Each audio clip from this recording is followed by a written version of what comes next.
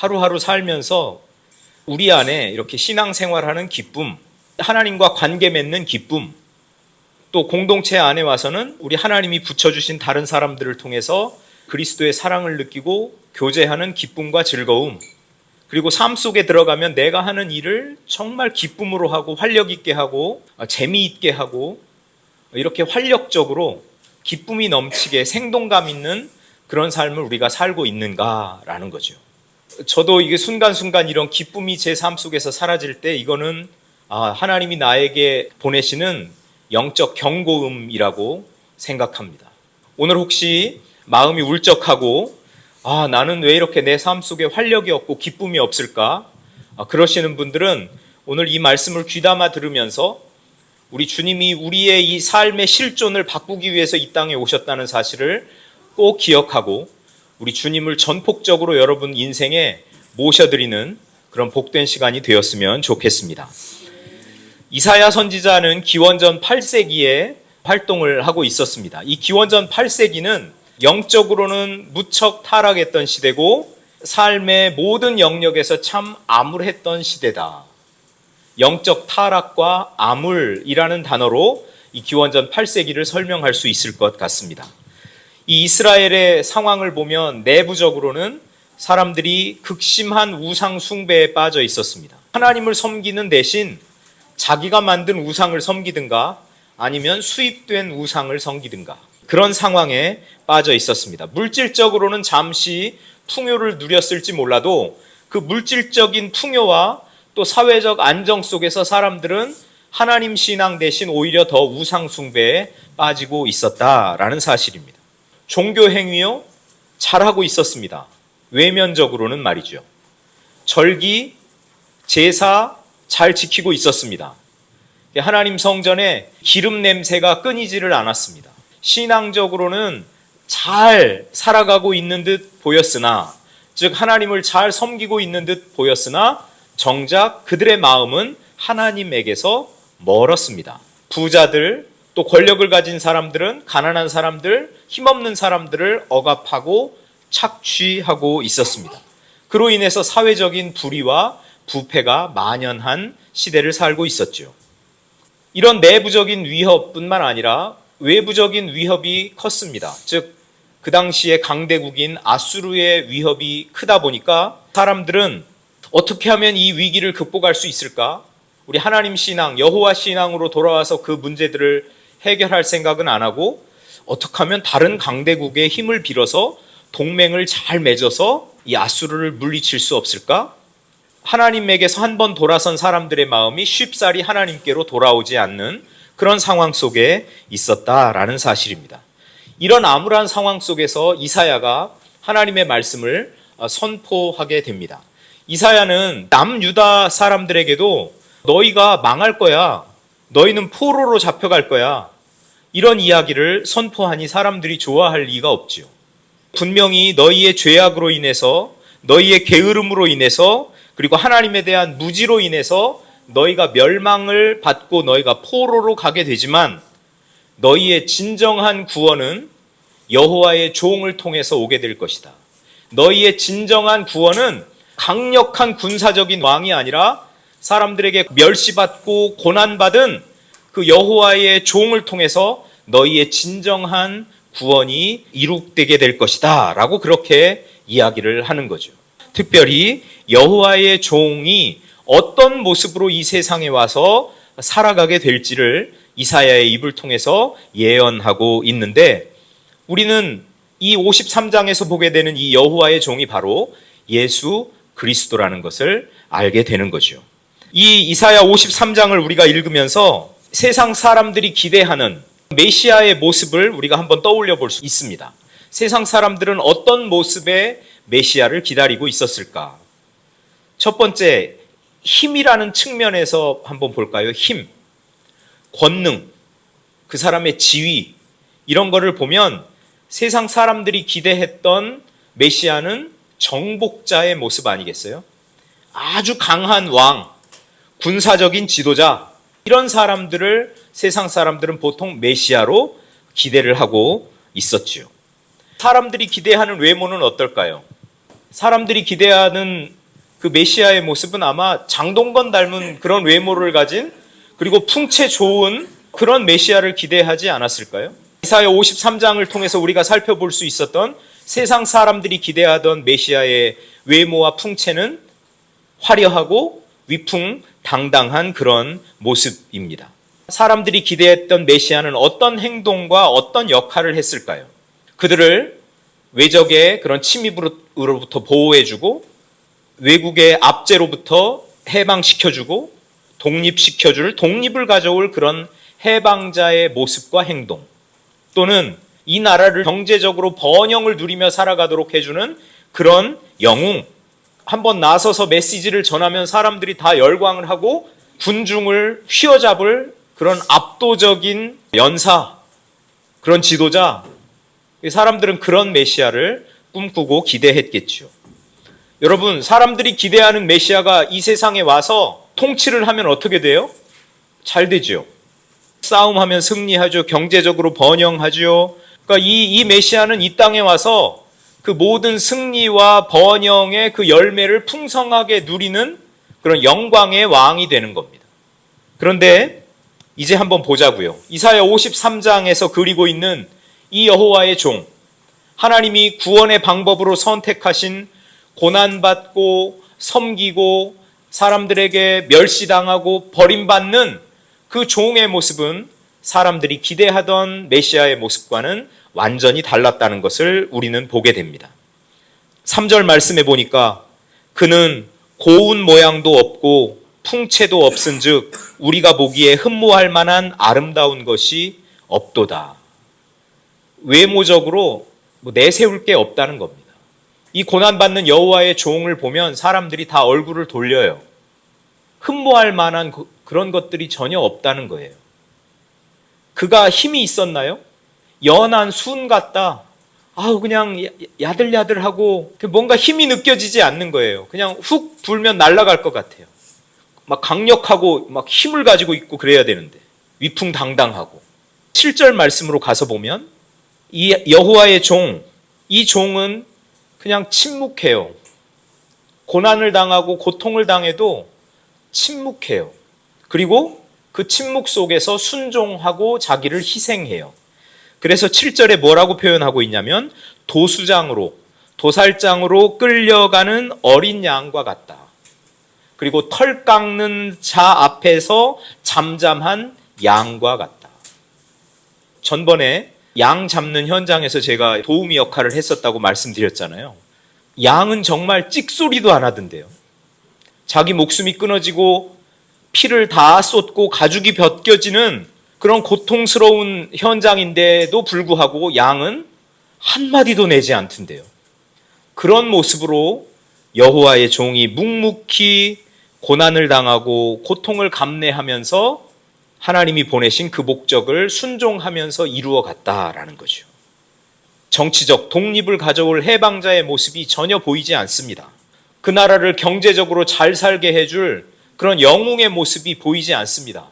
이 사람이 한마디 한다고 해서 사람들이 다 열광을 하고 흥분에 빠지고 그럴 것 같지 않습니다. 사람들이 기대했던 메시아는 이 땅에 와서 통치하면 승리하고 그 영광을 막 누리는 그런 모습으로 누리고 통치하지만 이 하나님의 종은 죽임당하고 장사 지냅니다. 사람들이 다 외면합니다. 사람들의 그 철저한 멸시와 버림 속에서 외면 속에서 죽어갔다. 그것이 여호와의 종의 운명이다라고 이야기를 합니다. 멸시하고 싫어할 모습으로 예수님이 사람들 속에 왔기 때문에 처음에 사람들은 그를 메시아로 인정하지 않았습니다. 그런데 하나님이 그를 3일 만에 죽은 자들 가운데서 다시 일으키셨을 때 비로소 사람들은 이분이 메시아였구나.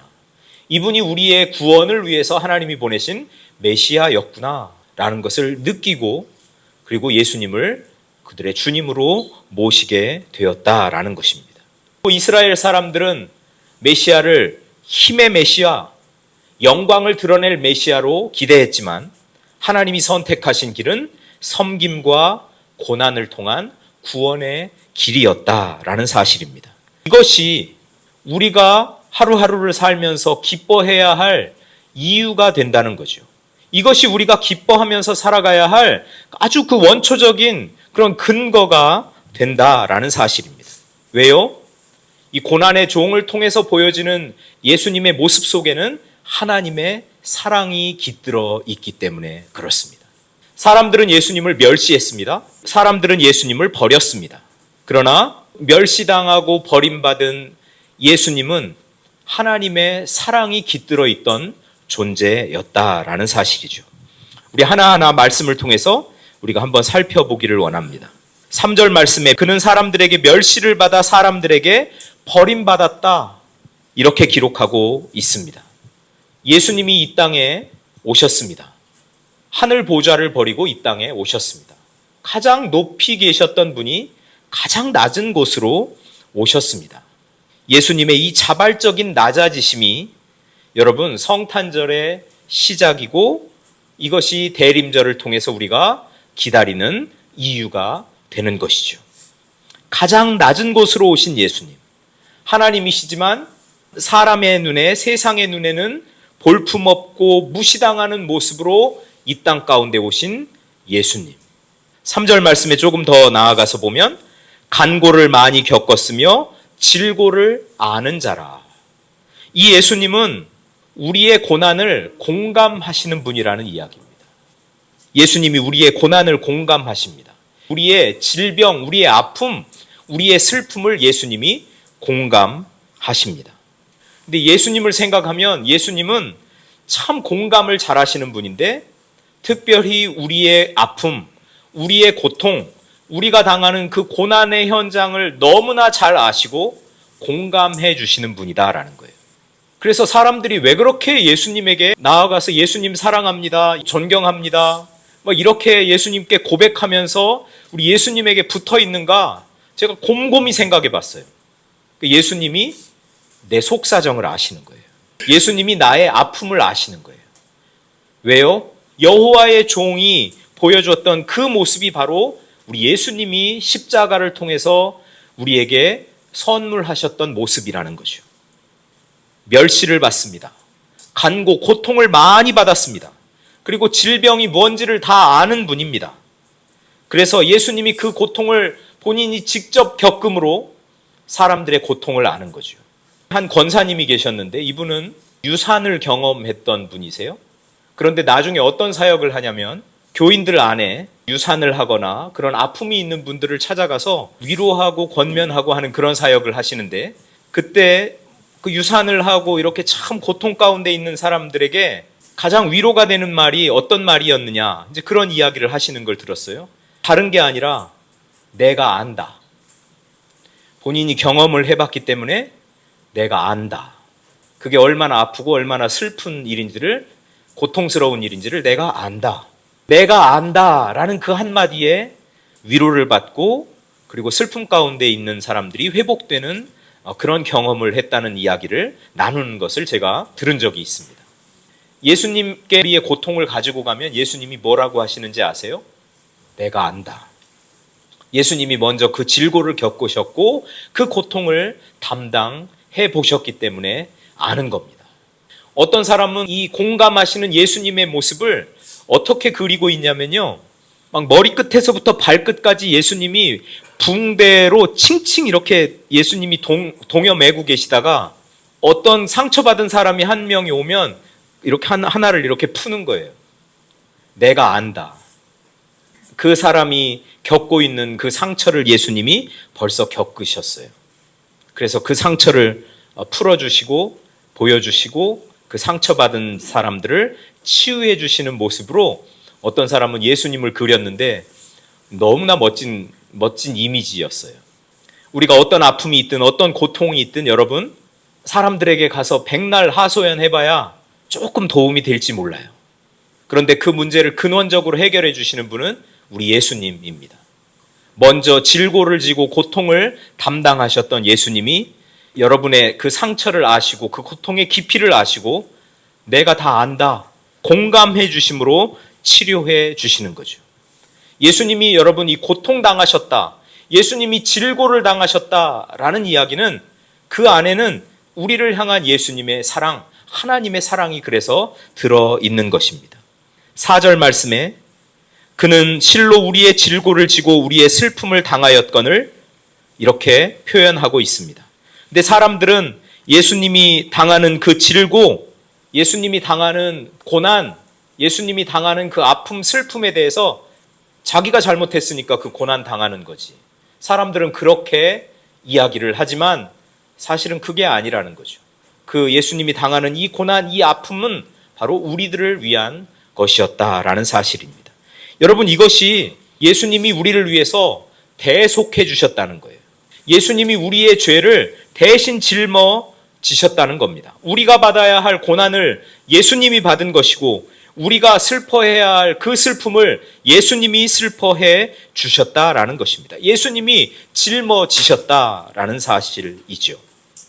5절 말씀에 그가 징계를 받음으로 우리는 평화를 누리고 그가 채찍에 맞음으로 우리는 나음을 받았도다. 여러분, 이것이 우리가 하루하루 살면서 누려야 할 참된 기쁨의 근거가 됩니다. 내가 평화롭게 살고 있다. 내가 기쁨 가운데 살고 있다. 그렇다면 그것은 예수님이 징계를 받으셨기 때문에, 예수님이 우리의 죄를 대신 짊어지고 채찍에 맞으셨기 때문에, 예수님이 그 고통의 자리, 그 고난의 자리, 그 슬픔의 자리를 먼저 통과해 주셨기 때문이다라는 사실입니다. 우리가 누리는 이 평화, 예수님이 이 땅에 오셔서 십자가를 져주셨기 때문에 하나님과의 관계가 회복되어서 누리는 평화입니다. 우리가 누리는 이 기쁨, 우리 안에서 샘솟는 이 기쁨, 예수님이 이 땅에 오셔서 우리의 죄를 대신해서 십자가를 져주셨기 때문에 솟아나오는 기쁨이라는 사실이죠. 여러분, 우리가 누리는 평화는 그래서 예수님의 고난의 대가이고 우리가 맛보는 그 기쁨은 주님이 겪어야만 했던 쓰디쓴 고통의 대가라는 사실을 꼭 기억하실 수 있기를 바랍니다. 6절 말씀을 보니까요. 우리는 다 양 같아서 그릇 행하여 각기 제 길로 갔거늘 여호와께서는 우리 모두의 죄악을 그에게 담당시키셨도다. 우리의 죄악을 하나님은 예수 그리스도에게 담당시키시고 우리를 구원하셔서 하나님의 자녀를 삼아 주셨습니다. 우리의 근본적인 문제가 그래서 예수 그리스도 안에서 주님이 지신 그 십자가 위에서 해결이 되는 겁니다. 우리의 죄악을 예수 그리스도가 담당하고 십자가를 지고 돌아가심으로 인해서 이 죄악의 문제 해결되었다는 이야기를 하고 있는 겁니다. 이 인생에서 삶의 주인을 찾지 못해서 참 하나님을 찾지 못해서 방황하는 그런 인생의 문제, 다 제 길을 가잖아요. 자기 소견에 옳은 대로 행하고 자기 소견에 옳은 대로 살아요. 그런데 그런 사람들이 인생의 길을 찾게 되는 겁니다. 인생의 주인을 발견하게 되는 겁니다. 어떤 분하고 교제해야 좋은지, 어떤 분과 동행해야 좋은지 알고 우리 하나님과 교제하고 하나님과 동행하는 삶을 살게 된다라는 사실입니다. 예수님이 이 땅에 오셔서 우리에게 주신 선물의 결과입니다. 죄사함의 은혜가 우리의 방황을 끝내고 참된 주인을 찾고 그리고 참 하나님을 찾는 이 은혜가 바로 예수 그리스도를 통해서 우리에게 선물로 주어졌다라는 사실이죠. 여러분, 그렇기 때문에 우리가 매일매일 우리 주님 안에서 기뻐하면서 살아갈 수가 있는 겁니다. 환경을 보면 나를 좌절시키고 슬프게 하고 어렵게 하지만 이 구원의 감격으로 인하여 솟구쳐 오르는 그 기쁨으로 인해서 매일 활력 있게 하루하루 살아갈 수가 있는 것이죠.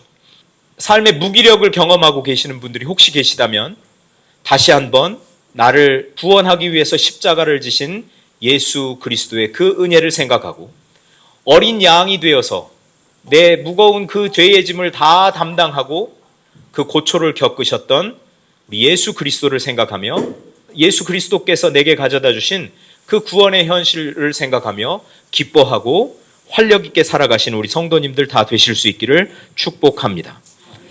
여러분, 예수님은 영광의 옷 대신에 낡은 옷자락을 걸치고 이 땅에 오신 것으로 보이죠. 예수님은 사람들의 환호와 박수 대신 멸시와 버림을 받으셨습니다. 예수님은 빛나는 얼굴로 오시지 않고 흙먼지와 상처의 얼굴로 이 땅에 오셨습니다.